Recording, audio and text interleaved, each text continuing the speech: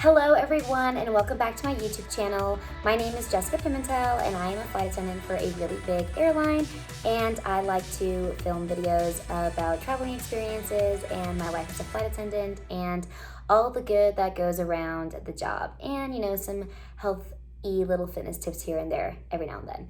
So I'm going to go ahead and start the video with some really great news, and that is that airlines are starting to hire again. I can't really speak for all airlines, but I know that, the best airline, the airline with the best crew and the best planes are hiring again. So obviously we all know what airline that is, and if you're interested, I would definitely go to their website and go onto their career page and apply, or stalk their page if the application process hasn't exactly opened just yet. So from what I know, we are going to be hiring real soon. There are training classes that got sent home due to COVID-19 in 2020, and those people have priority when it comes to getting called back. So that is the latest on that. My biggest tip in trying to apply is to really stalk the airline career pages that you are looking for, and in my opinion, you should just be applying to all airlines if you want to be a flight attendant. And the way the process really works could be different this year than it was when I got hired.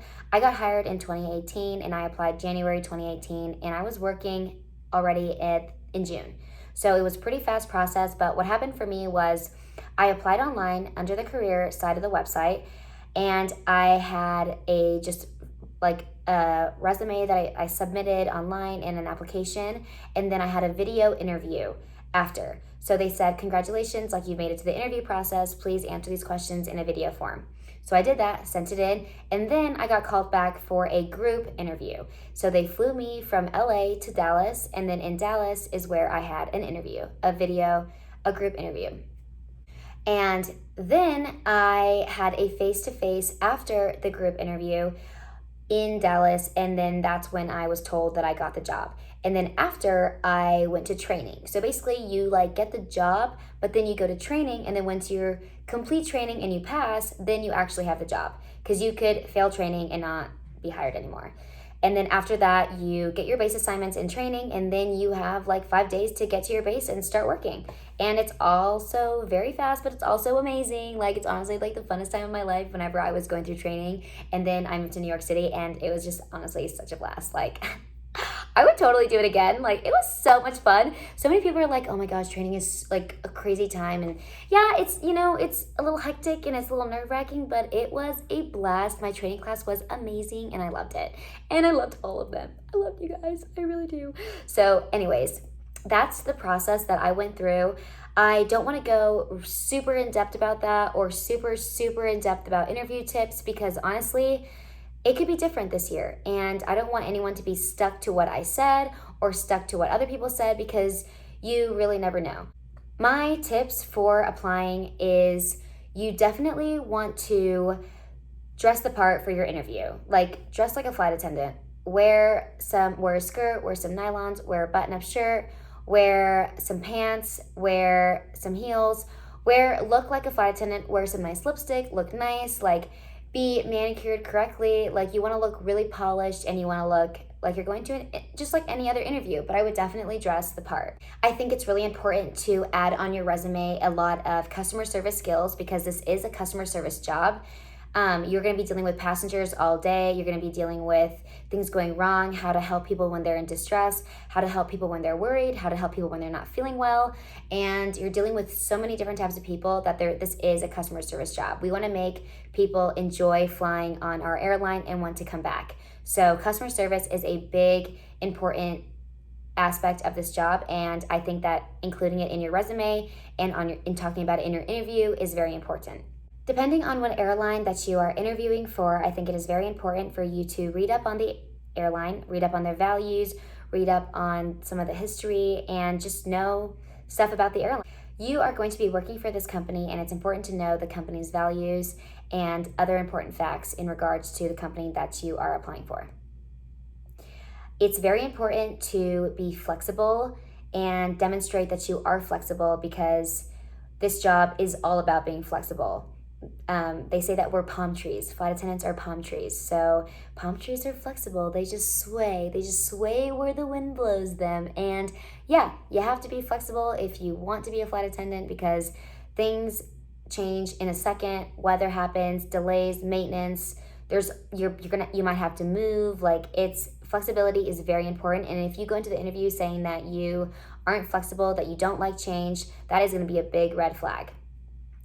Another big tip I will say is you need to be yourself. You need to be yourself. This job isn't for everybody. If,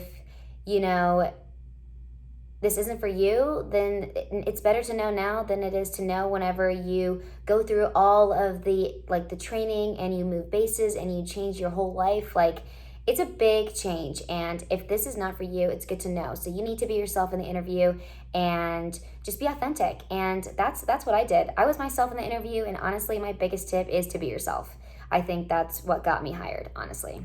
That is really all I'm going to say about the process and getting hired and all of my tips for the interviews and the hiring process overall. Like I said, I don't want to get too in-depth on it, because truly be yourself, and the chips will fall where they mend. But I got a lot of questions that I think are important to add into this video, because it will kind of make you think if this is a good job for you or not. Obviously this is all based on my experience and my opinion, so take it with a grain of salt. This is all based on me. Question number 1. Someone asked, how soon did you start after you got hired? Well, I technically got hired in March, and I started in June. So after I applied and I got the call back to go to training, I started working in June. So it was really quick. So I'm assuming that since we are pretty understaffed right now, that it's going to be just as quick in these next upcoming hiring classes. So be prepared to have big life changes if you are interested in being a flight attendant at the moment. Question number 2, why did I become a flight attendant? Honestly, I became a flight attendant because I wanted to travel. I wanted the layovers. I wanted to go out of the country. I wanted the benefits. I was like, this is the job for me. I had just graduated college with my kinesiology degree, and I was like, absolutely down. I want to travel. There's nothing else I want than to really explore the world. And that's really why I did it. I wanted to live my life, and I also wanted to meet new people. And I knew that the job is super flexible, and it's not a desk job. You don't live the same day twice. It's very different every time, and I love that. Question 3, is this a long-term job? It can be a long-term job. It can be a short-term job. There's a lot of people that have been doing this for years and years and years. So yeah, it can be a long-term job. It just depends on what you want and how you like the job. There's a lot of people that say they're going to work for a year and then quit, and then they've been working for 20 years. There's a lot of people that get hired and think that this is going to be the best job of their life, and they quit right away. So you really never know how long it's going to last for you. But yeah, this could be a long-term job. It could also be a short-term job. So it's really whatever you make of it. Question number 4 is, what is your worst customer service experience? And honestly, I really do not dwell on passengers and crazy things that happen on the plane, because there are crazy things that happen on the plane. When I get off the plane, I might talk about what happened, have a few, little conversations about it, but then I let it go. Okay? The one incident that really stands out to me, and this isn't even a bad customer experience, but somebody took my suitcase off of the airplane in Honduras, and I didn't see my suitcase on the plane whenever we landed. I wasn't paying attention because we landed in Honduras, everybody got off, and then we reboarded right away. So I didn't even get to check if my suitcase was still there. Well, it wasn't. So we ended up landing in Miami, and I had no clothes, nothing. So that is a little bit of a crazy experience. Luckily, I did get my stuff back, so it was a mistake on the customer's part, and it was all good. But I did have no clothes. So it was crazy. But that's probably the craziest experience I've had in terms of my job, and having a really bad, it wasn't even that bad because it's kind of a funny story. So, whatever. It was fine, but it's pretty funny. Okay, question number 5 is, do you lose and do you make friends? You definitely make friends. Well, I definitely made friends because I feel like I was New York based and even Charlotte based. There is so many amazing flight attendants out there and amazing pilots. I've met so many pilots and so many flight attendants with this job that I feel like you meet so many people. It's so amazing. You make friends all the time. And a lot of my lifelong friends right now are flight attendants. I hang out with flight attendants all the time. Most of the people that I've showed you on this channel are flight attendants. Victoria, Tori, they're all flight attendants. My boyfriend, he's a pilot. So yeah, you definitely meet a lot of people with this job. And yeah, do you lose friends? Absolutely. You absolutely lose friends. A lot of people can't handle the lifestyle. A lot of people can be jealous of the lifestyle. A lot of people just don't understand. So yeah, I've definitely lost friends through this job. And it's just the sad truth. But you know what? As you grow and change, other people grow and change as well. So that's okay. You don't have to be friends with someone just because you've been friends with them since kindergarten. Life doesn't work that way. Question number 6. Is it hard to cope with being away from home? It depends on your coping mechanisms. If you are using unhealthy coping mechanisms, then yes, it is very hard to cope because that is going to come back and probably bite you because it's not healthy. Although I think that even with healthy coping mechanisms, it can be hard to be alone. I don't like to be alone, so sometimes it is difficult, but FaceTime, phone calls, emails, messages, texting, we're all so close to one another, and at the end of the day, you're just a flight away at this point. So it's hard to move away from your family, but if with seniority and as you get older and as you build more seniority in the job, you can always hold the base that you want, and maybe that'll be closer to your family. Who knows? So it is hard. I'm not going to lie about that, but I think it's manageable. Do you get holidays off? No, absolutely not. You don't get holidays off. If you're just getting hired, there's no way. And if you do, you're lucky. And you probably called out sick. So that's just the way it goes. It's really hard to get holidays off. Everybody got holidays off last year because we were furloughed and it was COVID-19. So I was off Christmas and Thanksgiving, but I would rather not be furloughed than to be off Christmas and Thanksgiving. But the good and the bad. So yeah, definitely don't get holidays off. And if you do, you're really, really lucky, especially being super junior. How does the schedule work? Well, everybody's schedule is different. The way that my schedule is right now is 1 month I have a line, meaning I have a schedule, and the other month I'm on reserve, meaning I'm on call. And when I'm on call, I get a set days that I'm off that you can't call me, and then I am basically on duty to the company for the other days where I'm on call for a set of 12 hours each day that I'm on call. So it can be a little bit tricky, but once you get the hang of it, you'll understand, and it makes a lot of sense.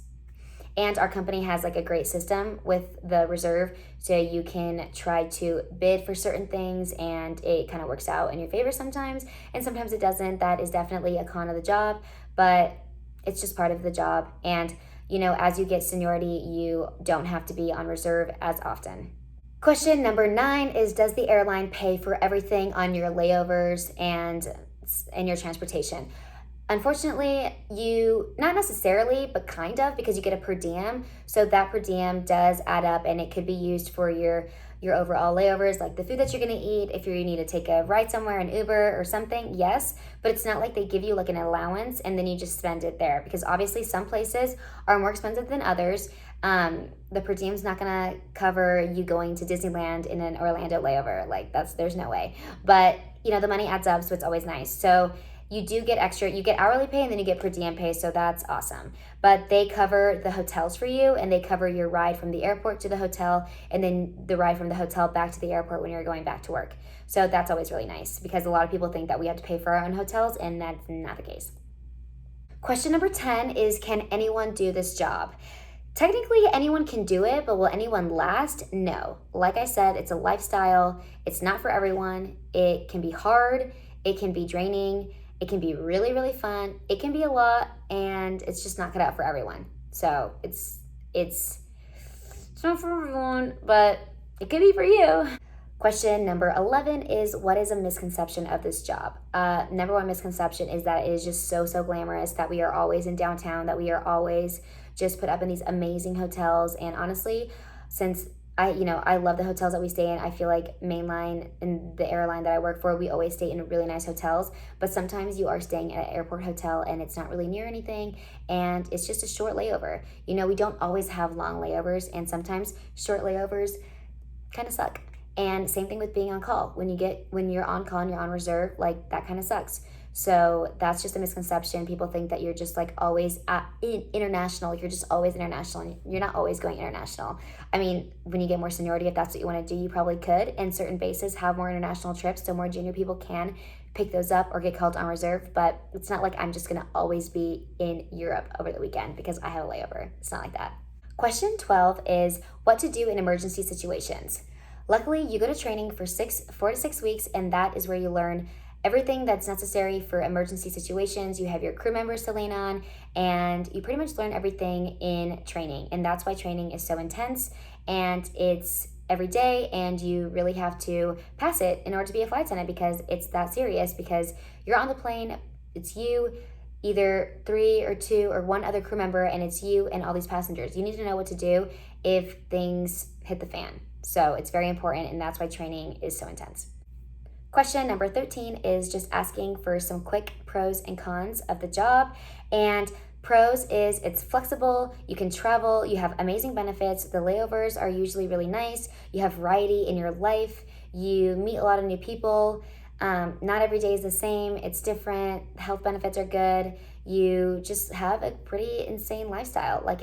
I think it's awesome. I love the go, go, go lifestyle, and that's what you get. Eventually, you can pick up your schedule and you can choose what you want. You can choose the days you want off. That's a really important pro for me and for a lot of people. Some of the cons are you are on reserve, so you don't really know how to plan out your life on those months. It can be a little bit unstable. If you don't live in base, it's really hard. Commuting seriously sucks. I hate having to commute. I drive an hour and a half to Charlotte right now. I hate it. Wouldn't recommend. I hate it. I don't recommend commuting, honestly. If you can live at base, live at base. If you need to commute, people do it and they're fine. I'm not one of those people, and I don't like it. Another con is that you don't get paid that much. You know, you get hourly paid, and then you get your per diem, and it's really not that much pay. But I think that because the pros are so good and the benefits are so good that, you know, you don't have to pay for your flights. Like, when you travel just for fun on your airline or domestically, like, that's a huge plus. And if I was paying for my flights, like, I wouldn't have any money. So that's nice. I mean, I think that pro outweighs the con. But that is another con, is that, you know, some people want to make more money, and, you know, money, you can always get another job. So that's a pro. You can get another job if you need to make more money, and, you know, that's a really good pro because the job is so flexible that you have days off and you can do something else. People do real estate, people do personal training, people do marketing, people do social media. There's so much you can do. Question number 14, and I'm just going to end it here. I know, I guess I could do 15, but I'm not going to. So question 14 is, COVID happened and now what? Well, things are a lot different right now. Service is just getting back on the airplane. We aren't serving alcohol on the airplane. Things are just different, you know. There's different types of passengers on the airplane. People are a little bit more hostile. People are a little bit more worried. You know, we still have to wear masks, but it's different. But I'm hoping that things will be back to normal. I worked before COVID, and now I work after COVID, and it's definitely a different vibe. And I hope that it goes back to the way it was soon, because I do miss it. I miss people not freaking out. People can be mean sometimes, and it sucks. But it's just part of life. You know, we're all going through this pandemic, and hopefully we can just hope that it's going to get better. Okay, everyone, I hope those questions helped and can kind of help you figure out if this job is for you or not, or if you still want to apply. You can message me on here. You message me on Instagram. My Instagram is JessieGirl1990. I'll link it down below, and ask me any more questions. I know this video is getting pretty long, so I just want to end it here, and I hope this really helps. Anyway, please give me a like, don't forget to subscribe to my channel, and leave a comment down below for any future videos or questions that you have. I hope you guys all have a great rest of your day, and good luck with applying. Hopefully I'll see you all in the sky soon.